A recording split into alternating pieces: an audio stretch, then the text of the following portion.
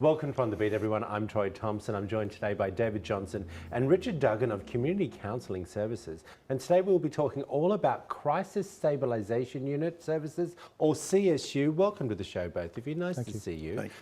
What is the CSU, for everyone at home who doesn't know what it is? The CSU, or the Crisis Stabilisation Unit, is a short-term facility for us to be able to provide services to individuals who are in crisis. They're experiencing a mental health crisis. Okay, so when you say mental health, I want to be a little bit clear on this if I can, and either one of you can jump in and answer. When you say mental crisis, what do you consider a mental crisis? That someone is in danger of hurting themselves or someone else. Right. And so how does someone get involved, or how do they access the CSU? An individual can come on a voluntary basis. Right. Perhaps family calls, or if necessary, an individual can come via chancery court through court commitment.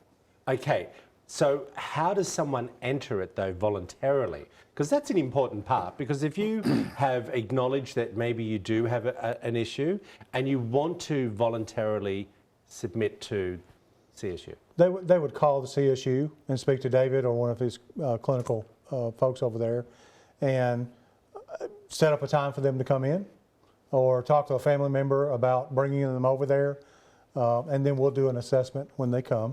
And if it appears that they meet the criteria of being a danger to themselves or somebody else, then they'll continue that process on admitting them to the CSU. Okay, and I wanted to ask you, when someone is self-admitted and they go through the process, what is their process? Let's talk about that for a moment. Well, our average length of stay is about 12 days. Right. Initially, there's a host of assessments: nursing assessment, psychiatric assessment. We have lab work done. We have a medical evaluation done.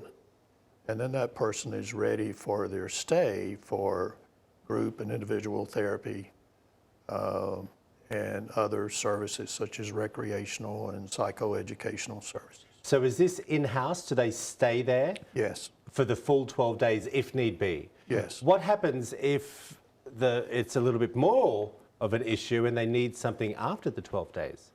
Well, typically every day or every week, the doctor or the psychiatrist will meet with them and talk, and they'll have a conversation and a team meeting about, okay, for instance, is David ready to go home at day 6 or 7? And if that's the case, then they'll discharge the person, that soon, with medications, with follow-up. But if it has to go past 12 days, then it's also a decision that's talked about with the team and the individual's family, but that they will have to stay longer. So there is a possibility if the case is a little bit more involved than what was initially assessed with. Yes. Yes. Right. How does someone pay for these services? Is it part of insurance or is it out of pocket? Medicaid will pay. Oh, really? And if an individual does not have Medicaid, then they can be covered through a grant. And when you say grant, that's you guys organising the grant, not the individual or the family, correct? It's not the individual or the family. Okay, so after someone has been released, what's the follow-up like? How does that all work? A couple of days before they're discharged, we'll contact the family and other people that the person wants us to contact for the follow-up care. We'll have somebody from our local office there, and we'll set up an appointment for them to see the psychiatrist at the office. If they need further therapy, that'll be set up.